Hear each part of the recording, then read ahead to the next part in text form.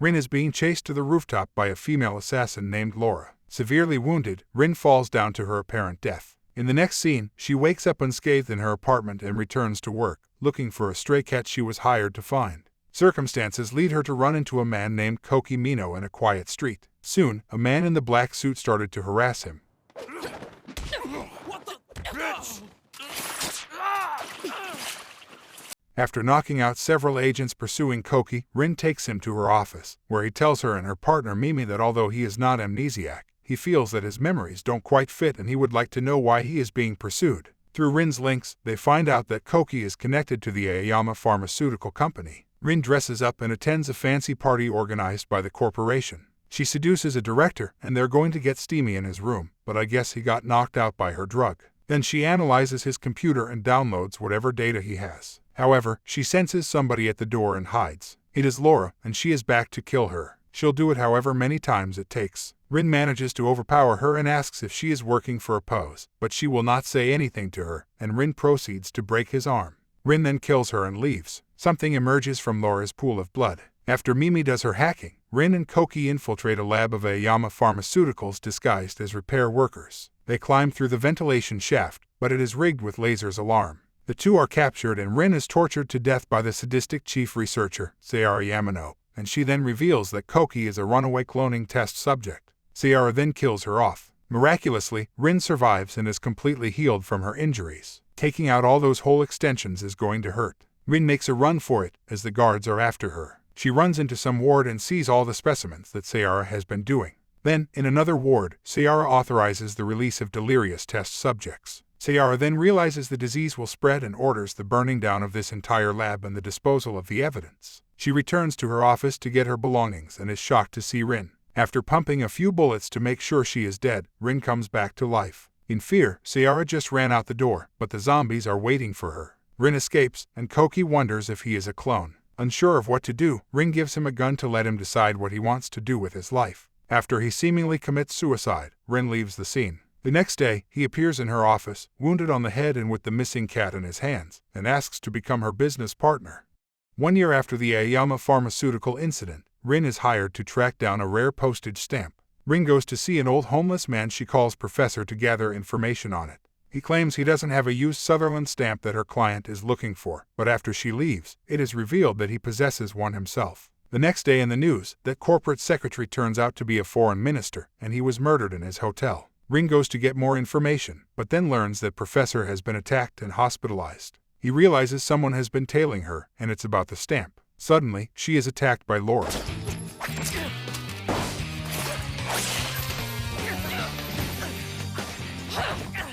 Both fight and wound each other, but Laura quickly detonates a suicide bomb. Meanwhile, Koki meets a girl named Yuki Shimazaki, who is looking for an angel who may know the whereabouts of her missing brother Shogo. When Koki notices an explosion nearby, he goes to investigate, but he finds Rin's mutilated body and is visibly shaken by witnessing her regenerate.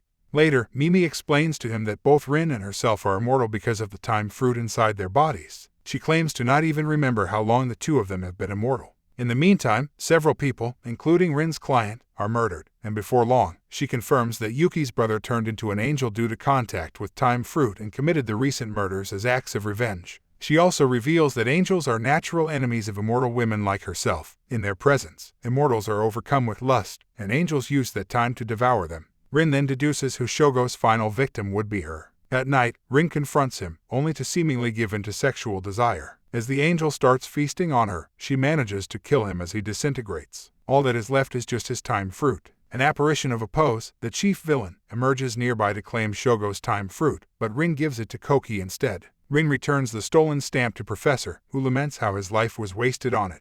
Yuki knows his brother is dead, so Koki gives her the time fruit. 20 years later, Koki is still working for Rin, is now married to Yuki, and has a son with her. They received a call from a girl wanting to meet Rin. Later, Rin goes to the meeting place and meets the dying maid, Yuria Takamoto. However, she only says one cryptic sentence and dies in front of her. So they learn this high school girl went missing a week ago. Talking to Yanagihara, a police officer and Rin's friend, it seems Rin had the same reaction as the coroner who did the autopsy on her body because they think it isn't the kind of illness it was supposed to be. With Mimi's hacking, Rin talks to an old woman in foster care, Yashi Shimizu.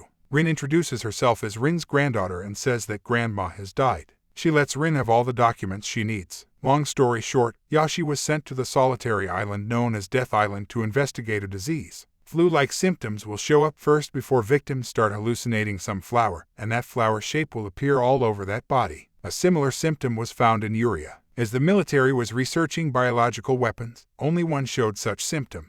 But the project was halted after Japan lost the war and all evidence was destroyed. This includes wiping the island off the face of the planet and having its inhabitants relocated to the mainland.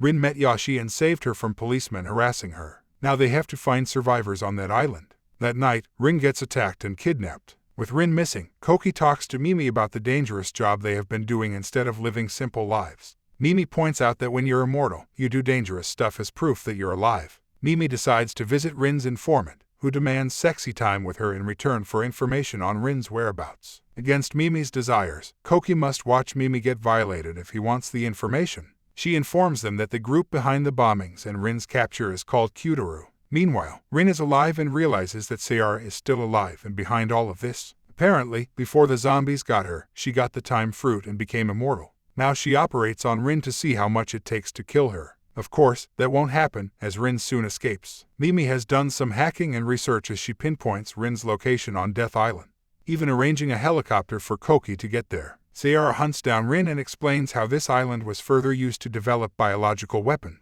The locals were evacuated, and some legends were fabricated. Sayara explains her plan to exterminate humans with Higan, leaving only immortals on Earth. She claims that without humans, the Earth will no longer suffer from overpopulation and environmental pollution, leaving it a paradise for immortals. Sayara kills her so that the next time she wakes up, she will be in time for the main show. Something about using snow cannons to blast and spread the disease from her tanker. Tokyo arrives to save her, but is shot by Sayara. Rin has no choice but to go after the madwoman. They fight, but suddenly they feel an angel nearby. It is Koki, and he has turned into one using that time fruit. He claims it is the only way to save Rin. He carries Rin away from the ship to safety, thanking her for his life and kissing her goodbye. He drops off in the ocean and then returns to devour Sayara, but a Pose then pops up to take Koki's time fruit, and Koki dies. Pose accidentally drops it into the ocean. Then he kills and takes Sayara's time fruit and devours it. He doesn't like the young taste and can't wait to savor Rin's. The next day, Rin and Mimi are in their office, both mourning Koki's death. Koki's son, Teruki, asks his mother when his father will return home. She tearfully responds that he will be home soon and that he should be a good boy in the meantime. Now we're in 2025. The future is upon us. People dive into virtual realities and surveillance cameras everywhere. Anyway, Koki's son Teruki is a teen now as he indulges himself in this virtual reality and makes out with this super popular avatar, Ryuan, via a virtual reality network called 2.0. He wants to meet up in 1.0, which means reality. In reality, Teruki is close to being a delinquent as he goes to meet Ryuan. But the moment they meet, she gets killed by baddies. Obviously, they want to take out witnesses, so Teruki runs. Luckily, he stumbles into Yanagihara, and learning who he is, he decides to bring him to Rin's agency for further help. He tells Yanagihara what happened, and Yanagihara can vouch for him because a fake policeman was trying to get him. So they talk about AI and the creation of Ryuan. Her origins were unknown, and there were many who claimed to have created her, but rumor has it that it was Katsuyuki Kamiyama. Yanagihara finds that name familiar and will do some investigation. In the meantime, Rin takes Teruki out on a date. Her intention is to make him stand out as bait to attract the baddies. But instead, she stumbles into Laura, and they start killing each other. Rin wins, but Teruki has seen everything. Rin explains about the immortal thingy. Time fruits come from this huge tree known as Yggdrasil that only immortals can see. It scatters spores all the time, but on rare occasions, time fruits. It rarely comes into contact with people, but when it does, especially for women, it will take them some time to figure out they have become one. Mimi takes the initiative to see the Yuri informant. This leads her to confirm that Kamiyama indeed created Ryuan, but it was for a project named Elsley Atom. A call from Yanagihara confirms that Ryuan is the daughter of Kamiyama, even though all the data online says he is single. Kamiyama killed his daughter when she was 16, and one of his men handled this case back then. To further investigate, they have Teruki dive into the virtual world to meet Ryuan. She is very happy to see him as she reveals how his father killed her just for the Elsley Atom project. It seems Kamiyama is trying to hack his way into this, so Mimi unplugs Teruki from it. Immediately thereafter, commandos attack the office, forcing them to flee. En route, Mimi explains that Ryuan might have been an attempt to create the future Eve. The military attacks them again and surrounds them. After taking Teruki away, they kill the ladies and bomb their cars. We know they won't die, but it buys them time. Pose and Kamiyama are indeed in cohorts. He didn't expect to give Teruki the stigma, but since he is here, he can now proceed. Back in the office, Rin and Mimi realize that the girl Teruki met in reality was an android, with Ruon's AI. Yanagihara calls and finds out Teruki's location and flight number, which Teruki is on but is fatally shot by a sniper. Rin rushes there and manages to board the plane. Aside from all the mechanical bodies, he sees Kamiyama dying. He complains about Ruon going against him despite creating her and wanting stigma all to herself until his final breath. Rin sees Ruon trying to make Teruki his own since he was the only one who wanted to meet her in 1.0. She was happy Teruki wanted to meet in 1.0, but she couldn't as she was only a program. After being given an artificial body, she ran away to meet him to plant the key in him before escaping back online. Now she wants them connected in 1.0 forever. Rin won't allow that as they fight. It's hard to kill a robot. Teruki parachutes off the plane, and after a brief fight, she and Ruon fall out of the plane and into its jet engine together. Sometime later, Teruki finds that Rin's office was demolished. Mimi is shown bringing flowers to where Yanagihara was shot and Rin's fate is uncertain. 30 years later, the borders between 1.0 and 2.0 have been erased completely, and it is now possible to download things into the real world. Mimi became a Buddhist nun, while Teruki became a successful businessman and is now a father to a teenage daughter, Misio. Misio finds an old file on her father, and she sees Rin and wonders if she is one of his past girlfriends. Later that night, Misio is at a party with her male friend, Kei Tajima, when she spots someone looking like Rin there. Rin is working for a company whose CEO is an immortal. Rin took 25 years to regenerate her body and suffered retrograde amnesia in the process. Misio skips class to go hang out with Kei. On her way back, she sees Rin running away from a spot. Misio goes to look around and finds a dead body. She calls the security, but they think she is bluffing as no one is found. Misio and Kei decide to look further into this by playing detective, thinking that the killer was Rin. They tail her, and they find out that she is now going by the name Tamaki Sato, and is dating this guy named Ayaka. They watch as he proposes to Rin, which she refuses, telling him of her amnesia. She is wearing a time fruit as a pendant because as far as her memories go, she was saved by Ayaka after he found her naked and washed her ashore, and in her hand she was clutching this.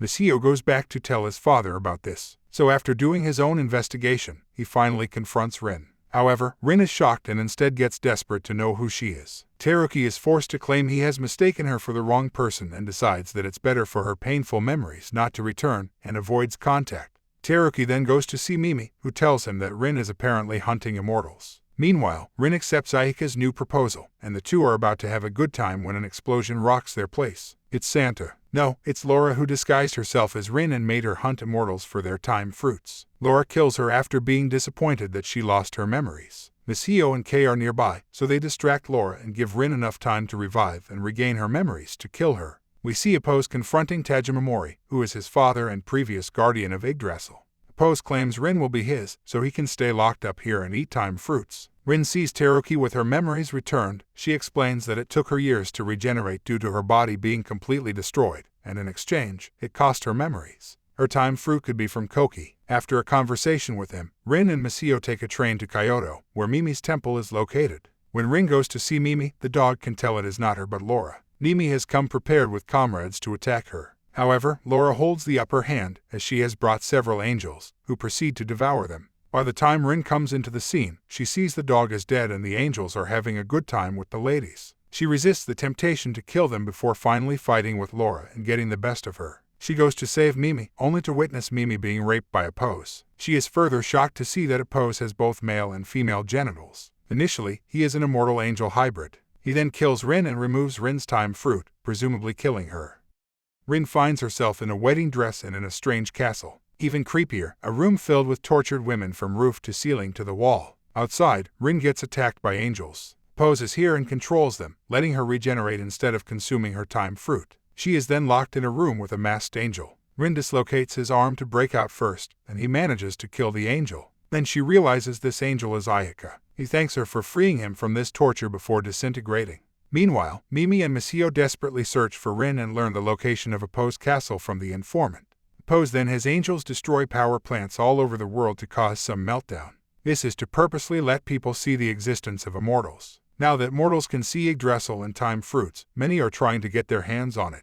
Meanwhile, Laura once again fights Rin and makes her mad when she throws away Ayaka's time fruit. However, the angels start to attack Laura instead, and this gives Rin time to escape. Mimi and Misio arrive at some old castle to see Tajima Mori. As Mimi cannot approach him, Misio has to go talk to him on her behalf. Tajimamori explains that Oppose is the current guardian of Yggdrasil. As a guardian cannot last forever, the role is abdicated to another when he chooses his next bride. Oppose is now trying to offer Rin's time fruit to Yggdrasil to become the eternal guardian. Tajimamori cuts open a path for the girls to enter while he fends off the angels. After Misio saves Rin from an angel, they see the decapitated robotic head of Laura. Having no more obligations to Oppose, Laura teams up with Mimi and Misio and leads them to Yggdrasil. Rin is already there and meets Tajimamori, her millennia-old love. Flashback: 1,000 years ago, Rin got killed by bandits, but he saved her and taught her things about Yggdrasil. They make out as he impregnates her before angels descend on the throne, and it all becomes one bloody seraphim egg. Oppose arrives, kills off Tajimamori, and tries to do the same to Rin. He reveals his true goal of wanting to taste Rin's memories. He is also curious to know if Yggdrasil will accept her as his bride, as he reveals that the tree records everything via its spores, which are then reabsorbed back. Time fruits are just glitches. Oppose intends to turn all spores into time fruits and release them to the world, turning this world into one big memory thingy he can feed on. All that is left is for Rin to enter the egg. Mimi arrives and uses her hacking skills to use a satellite laser to destroy the egg, but nothing happens. Rin gets thrown inside as Oppose buys his time torturing Mimi. Inside the egg, Yggdrasil wants Rin to become one. But Rin devours her pendant time fruit and realizes this belongs to Koki and how she has been fated to be involved with them. Yggdrasil won't let her escape, but the spirit of Koki helps push her out. Now Rin is the new guardian and an angel superior to Oppose. It is time to have him taste his own medicine as she dumps him into the egg. As he has only tasted female memories, she forces him to take male memories, especially of his father's. Now all of Yggdrasil's memories can be his. Laura doesn't want to be stuck in this robotic head, so she lets her time fruit be devoured by Oppose to let him know all her suffering.